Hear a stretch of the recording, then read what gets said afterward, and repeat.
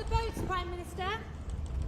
Channel crossings are rising. Are you doing enough to tackle illegal migration?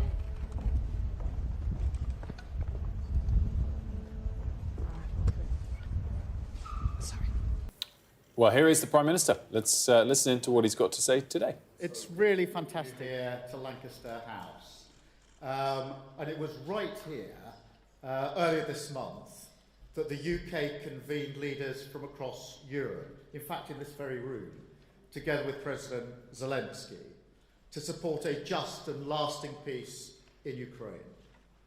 Because we know that Ukraine's security is our security.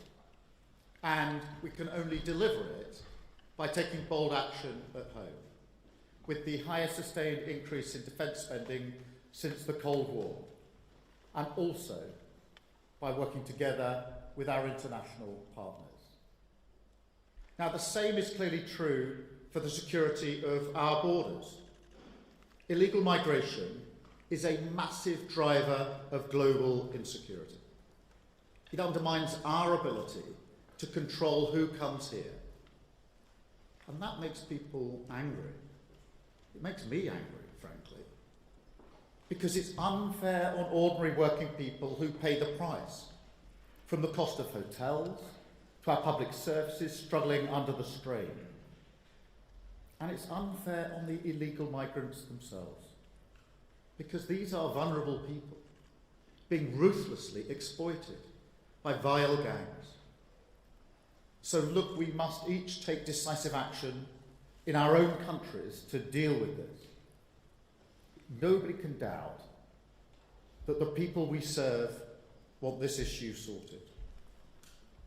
But the truth is, we can only smash these gangs once and for all if we work together. Because this evil trade, it exploits the cracks between our institutions. It pits nations against one another. It profits from our inability at the political level to come together.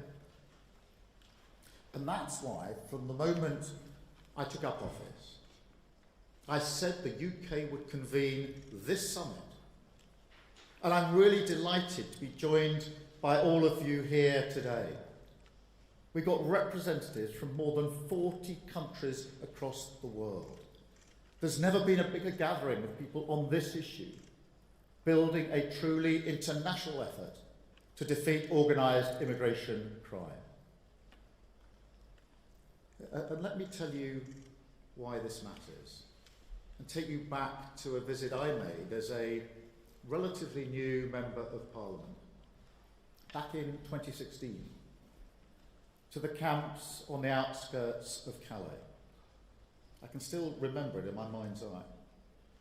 The muddy ground, sodden with rain and human waste. Children as young as 5 and 7. And that struck me because that's the same age as my children were then.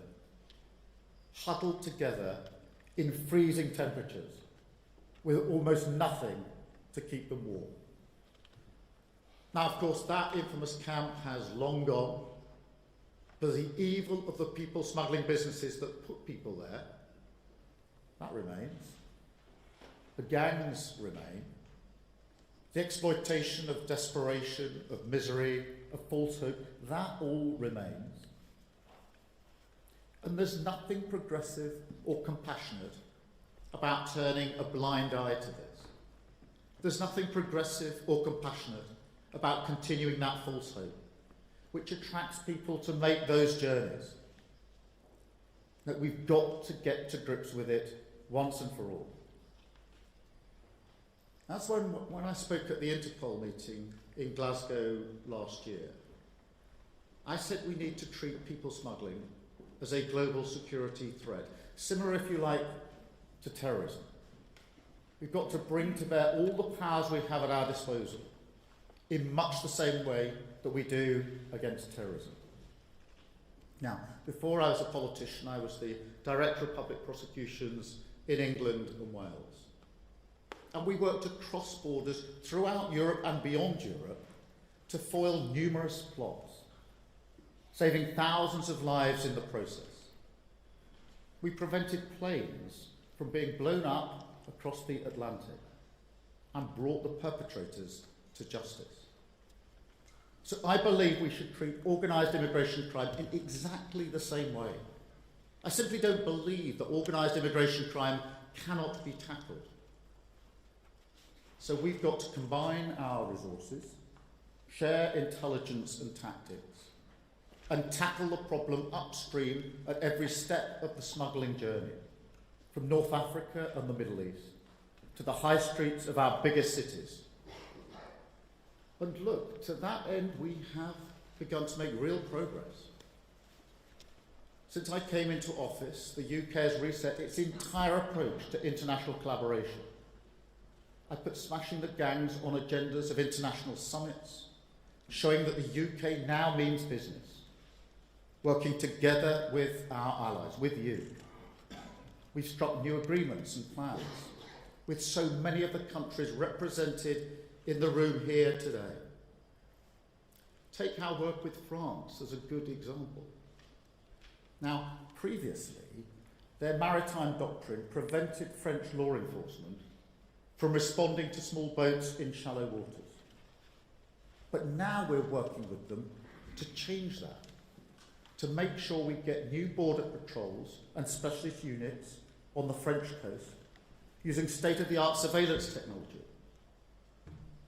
With Germany, another example, if you can believe it, it wasn't technically illegal to facilitate people smuggling to a country outside the EU, like the United Kingdom. But now it will be. And with our new bilateral agreement, Germany will be able to prosecute the criminal networks facilitating this vile trade.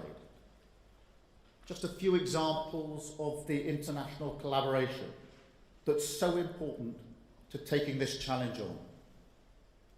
And it's beginning to bear fruit. At the end of last year, a major operation by French, German and British law enforcement smashed an Iraqi smuggling network with multiple arrests and the seizure of dozens of boats and engines.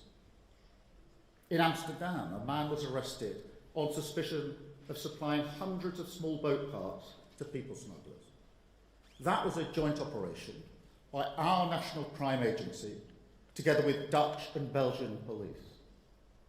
We're also working upstream to address factors that drive people towards small boats in the first place. Working with the authorities in Albania and Vietnam on campaigns to deter those who are thinking about making that perilous journey. Because there's also nothing progressive about allowing working-age people to come here illegally instead of supporting them to build their own economies, secure a better future for their own countries, and build a safer, more prosperous world. But look, as we work together more closely, I think, than ever before, we've also got to take the tough measures at home in our own countries. That doesn't mean gimmicks. You may be familiar with the gimmicks of the last 14 years here in Britain. It means understanding the problem and coming up with pragmatic solutions that work, actually fixing what's wrong. Few things show this more clearly than our approach to border security. We inherited this total fragmentation between our policing, our border force, and our intelligence agencies.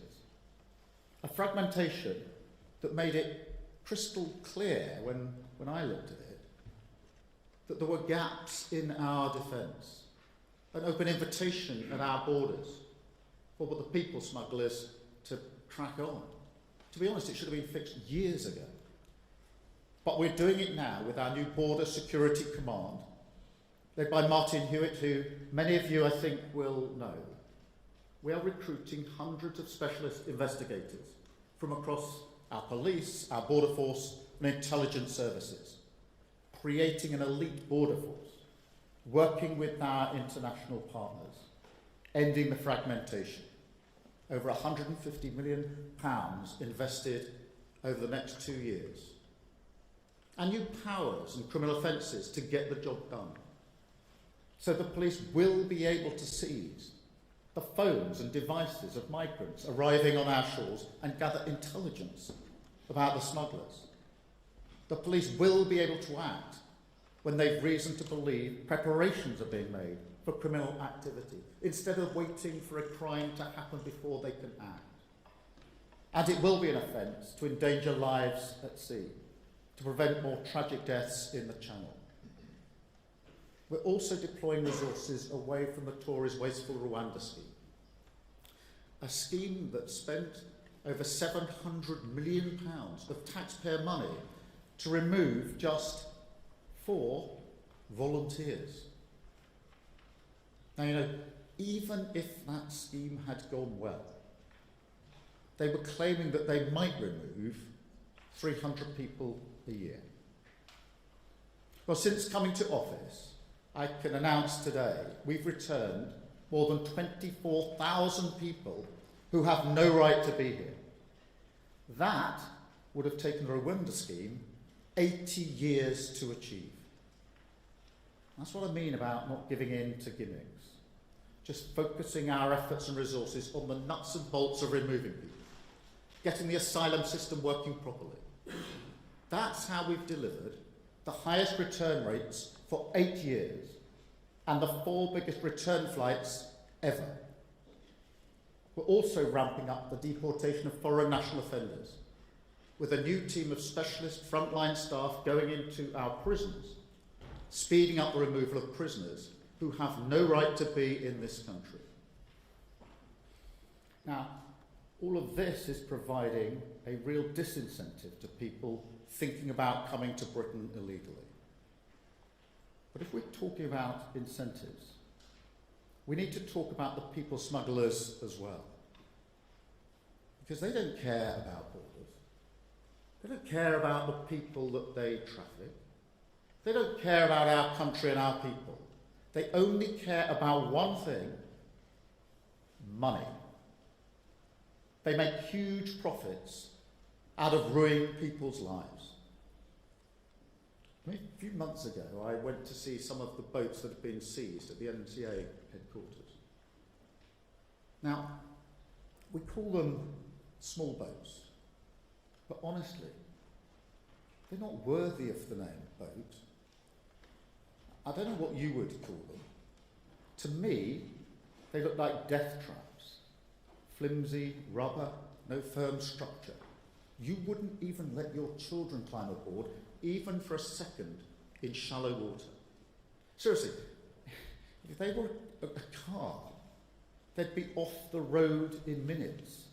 The police would intervene. And don't tell me they've got any other purpose other than people smuggling. So I see no reason why we can't go after them. And so we are.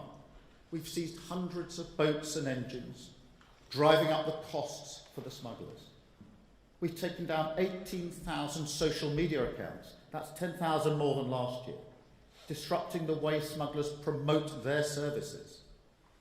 And more than that, we've announced a new sanctions regime, treating people smugglers like terrorists, freezing their assets, banning their travel, putting them behind bars where they belong. But just as important, putting their entire model out of business, securing our borders on behalf of working people. Because, as I said at the start, this is about fairness. And there is little that strikes working people as more unfair than watching illegal migration drive down their wages, their terms and their conditions through illegal work in their community. We'll be honest here. For too long, the UK has been a soft touch on this. Whilst the last government were busy with their Rwanda gimmick, they left the door wide open for illegal working, especially in short-term or zero-hours roles, like construction, beauty salons, and courier services. And whilst, of course, most companies do the responsible thing and carry out right-to-work checks, too many dodgy firms have been exploiting a loophole to skip this process hiring illegal workers, undercutting honest businesses, driving down the wages of ordinary working people. And all of this, of course, fueling that poisonous narrative of the gangs, who promised a dream of a better life to vulnerable people, yet deliver a nightmare of squalid conditions and appalling exploitation. Well, today we are changing that, because this government is introducing a tough new law to force all companies to carry out these checks on right to work. They take just minutes to complete, so they're not burdensome for business, and they can be done free of charge. So there's no excuses, and no ability to claim that they didn't know they had illegal workers. And failure to comply will result in fines of up to £60,000, prison terms of up to 5 years, and the potential closure of their businesses. Now, none of these strategies, as you know, are a silver bullet. I know that. But each of them is another tool, an arsenal that we're building up to smash the gangs once and for all. We must pull every lever available, and that is what this Labour government is doing. No shortcuts, no gimmicks, just a hard graft of sleeves rolled up, practical government, securing our borders, getting a grip on illegal migration, and delivering our plan for change. We want to work with you and with everyone who is as determined as we are to end the misery and evil of people smuggling. Because together we will save lives. We will secure our borders. We will smash the gangs that undermine our security and deliver the fairness for the working people that we serve. Thank you very much.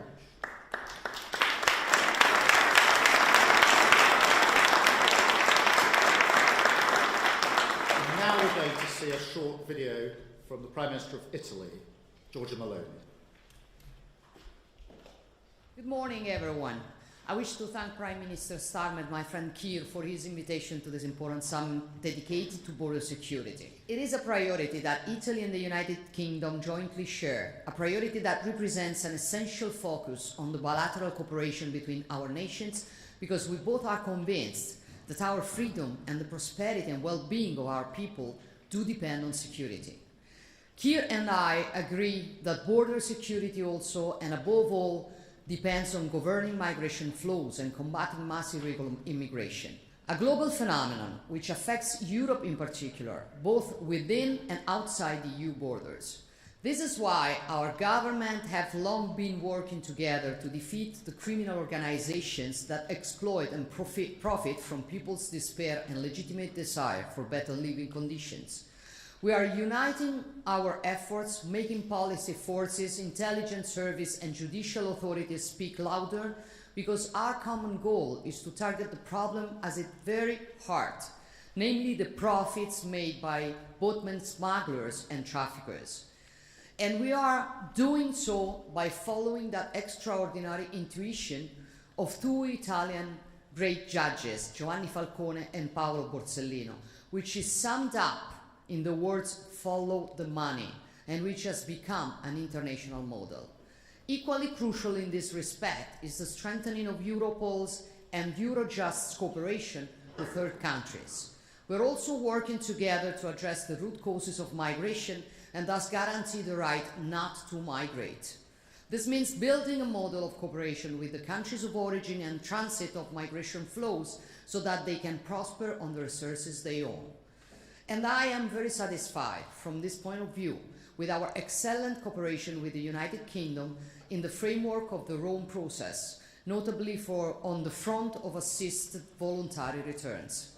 Yet fighting irregular migration also means encouraging instead regular migration and reaffirming the principle that it is up to each nation and not to traffickers to decide who should enter and who should not enter its own territory. We also agree with Keir that we should not be afraid to imagine and build innovative solutions, like the one that Italy launched with Albania, a model that was criticized at first but that then has gained increasing consensus, so much so that today the European Union is proposing to set up return hubs in third countries. This means that we were right and that the courage to lead the way has been rewarded. We still have a lot of work to do together, and I am very happy to be able to count on the support and collaboration of the United Kingdom within this challenge. I'm convinced that today's summit will enable us to further strengthen our synergy and to speed up the momentum towards new projects and concrete initiatives. Thank you, and I wish good work to all of you.